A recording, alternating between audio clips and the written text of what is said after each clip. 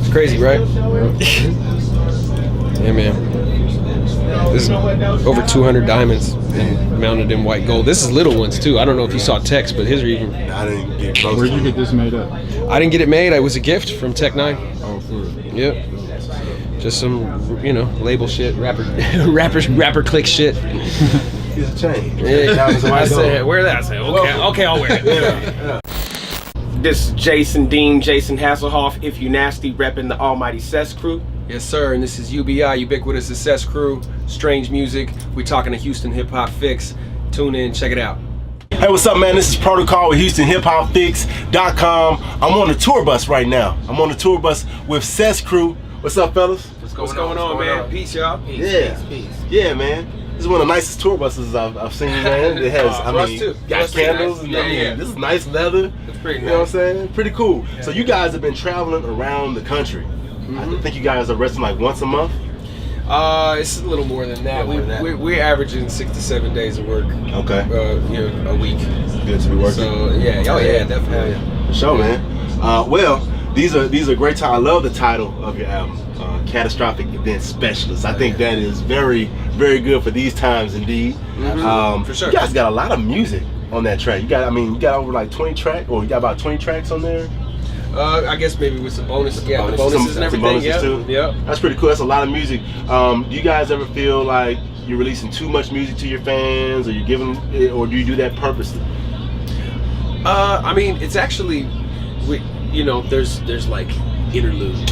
Acts. Yeah, there's 3 acts or Okay. whatever, so there's some interludes. So it feel like 18 tracks, but really, if you cut the interludes, or really the interludes all go together to make one song, then it's really like 15 songs. But then you got a bunch of bonuses, so I don't know.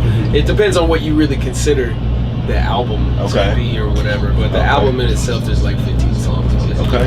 Man, I watched you. I was talking to Stevie Stone, and I was just was commenting on how you guys got a lot of love, man. Your fans, there's a big connection with you and your fans. They had you signing T-shirts and everything like that. The acts, I noticed like one of the acts I heard was like, it just seemed like it was just all instrumental. It wasn't any talking. I think it was like a kind of a jazz. But then your tracks kind of a different production sound. Could I ask, what's the purpose, or what were you guys aiming for by putting those acts in your album?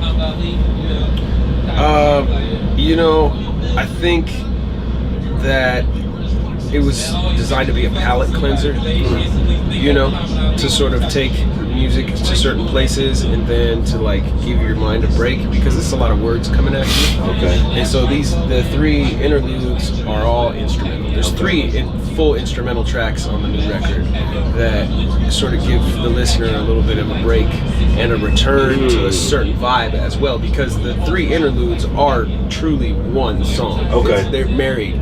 Like it's 3 movements of one piece of music, if that makes sense. That does make sense. Kind of like smell a bunch of fragrances, and it's like the coffee beans. Exactly. Yeah, it's the coffee beans at the fragrance counter for sure. Okay. Yeah. Now, if you guys didn't know, excuse me, guys. We got Godimus to the right, to my right here. All right, we got Ubiquitous right here. Now, I think it's interesting that you guys you work together, but you also do solo projects. I know that you hopped on the Reloaded. I love that track. Do you guys you just follow the vibes when you do solo projects, or how does that normally work when you're not working together? We're always working. Always making music, writing separate and together. I think, as far as the vibe when working solo, I think for myself it's just being at the helm, being at the controls of everything, and just kind of just letting it develop naturally on its own or whatever. Yeah, so it's less of a vibe and more just like doing what comes naturally. How do you guys normally make music? Do you just kind of hop in the studio, or is it how does your creative process normally come together? Do you guys traditionally do it? I wouldn't even say there's like normalcy really. Like it happens any kind of way that you can think of it. Okay. He'll start a song, I'll start a song, the producer will start a song, maybe it starts with a hook, maybe it starts with a verse, maybe there's no fucking beat at all and we're just writing out of the thin air. Okay. Maybe we started with a title and expound on that idea. Maybe we, I mean, so many different ways. Right. But we have a huge body of work, so because we've done so much creating, it's like you'll revisit some old techniques, and then you're gonna try techniques you've never tried to all the time to keep, I feel like, the creative process, fresh. Right. Okay. Now I think I heard. Did I hear both you guys on N9ne's new album? I think I heard on the Storm. Or are you talking about the Dominion, the Collabos album? The collab. Yeah. Album. We're definitely all over that. Okay. Yeah, everybody, the whole label. Okay. So that's a label project. It is. Okay. Yeah. You guys are you're pretty. I don't know. I would describe as lyrically acrobatic. Sure. With having the body of work that you do and having the style that you do you ever feel that you run into roadblocks, or how do you continue to evolve and grow and push your style when you've reached this level, musically speaking? Is there anything that you just vibe out, or are you stretching for something? Because a lot of artists desire something with their music. But for me personally, it's never been about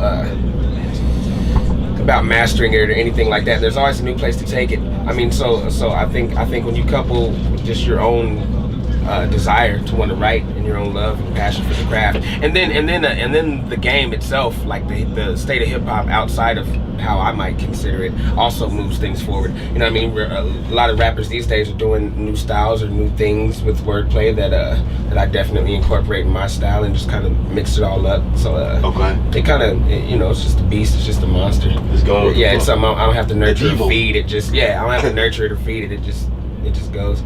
Man. Yeah.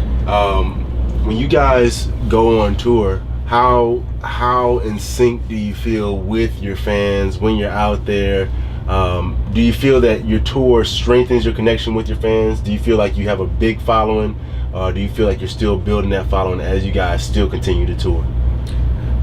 It's some of both. When we're out here on a tour like this, we're an opening act, so we definitely do have a connection with our fans out here. You see people rocking our gear and things like that, and with tattoos of our crest, and I things saw like fans that. mouthing the words to a couple of your songs while they were playing at the meet and greet. Yeah, they know the words and stuff like that. But because we are an opening act, we're there's a lot of different energies that are out here. So we're out here connecting with our fans to a degree, but also building our fan base up.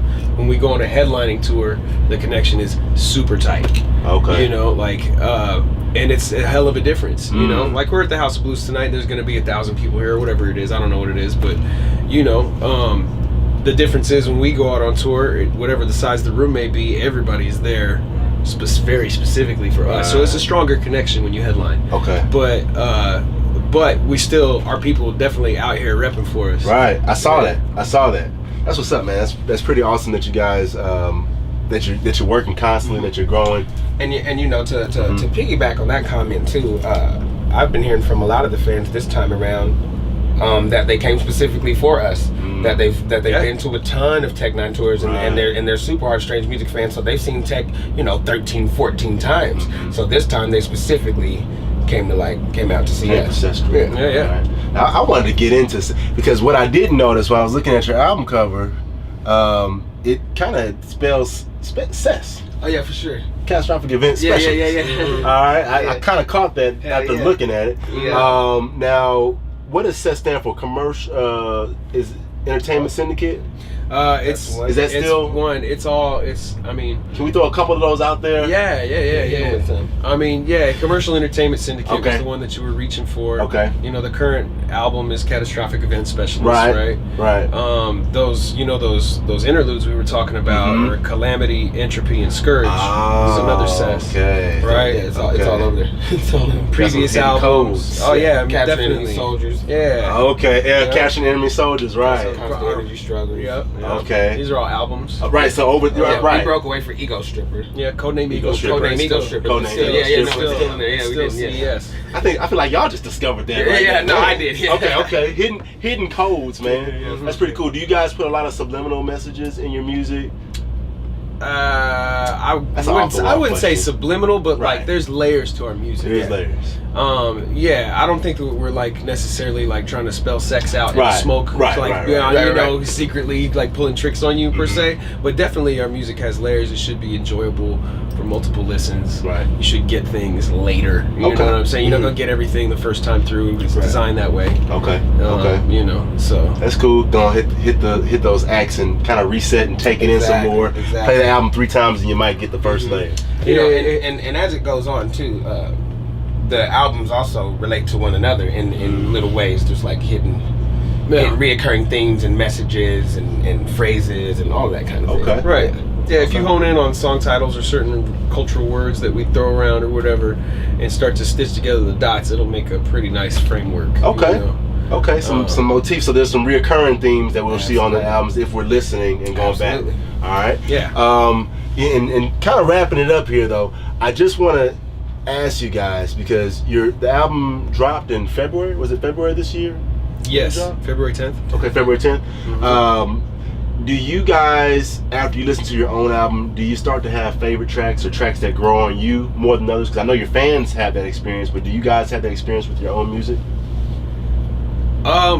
Favorite tracks at all? I think so, but we really have that experience before the music even is released. Okay. We toil over it when we're in the birthing process or whatever. By the time you guys have it, it's like old to us. Yeah. I mean, I think that we were probably obsessed over the album maybe in like November, December. That makes year. Sense. You know, maybe into January, but by the time it was coming out, we were already on some other things. Okay. We were making Dominion. Yeah.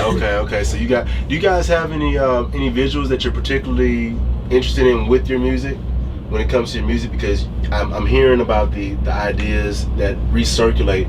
Do you also tie that in visually in any way? Just curious.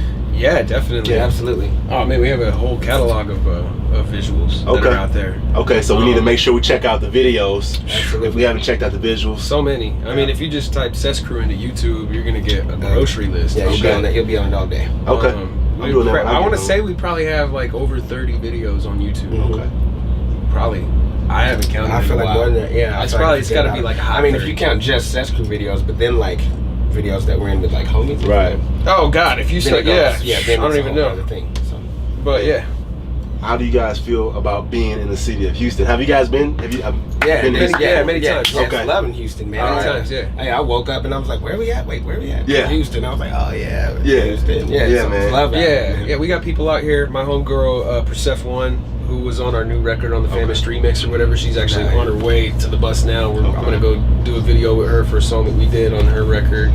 And and we've been coming out here for over a decade, based on her being here. Okay, so you guys are not new to this. We have a little connection with Houston. You. We've been Okay. Well, Houston definitely loves you guys, man. We appreciate you stopping by. I've seen tour. I saw the fans coming to the bus. I saw the fans. I saw the connection that you guys have. I think that's great that Strange Music as a whole has that connection with the fans, and we definitely appreciate you guys sitting down with us today. Oh yeah. Looking forward to the show tonight. Right. Thank you, man. Thank you. Ubiquitous Godimus. Love and respect. CES CRU. CES CRU, Strange Music, bitch. Y'all know what it is. Yes, sir.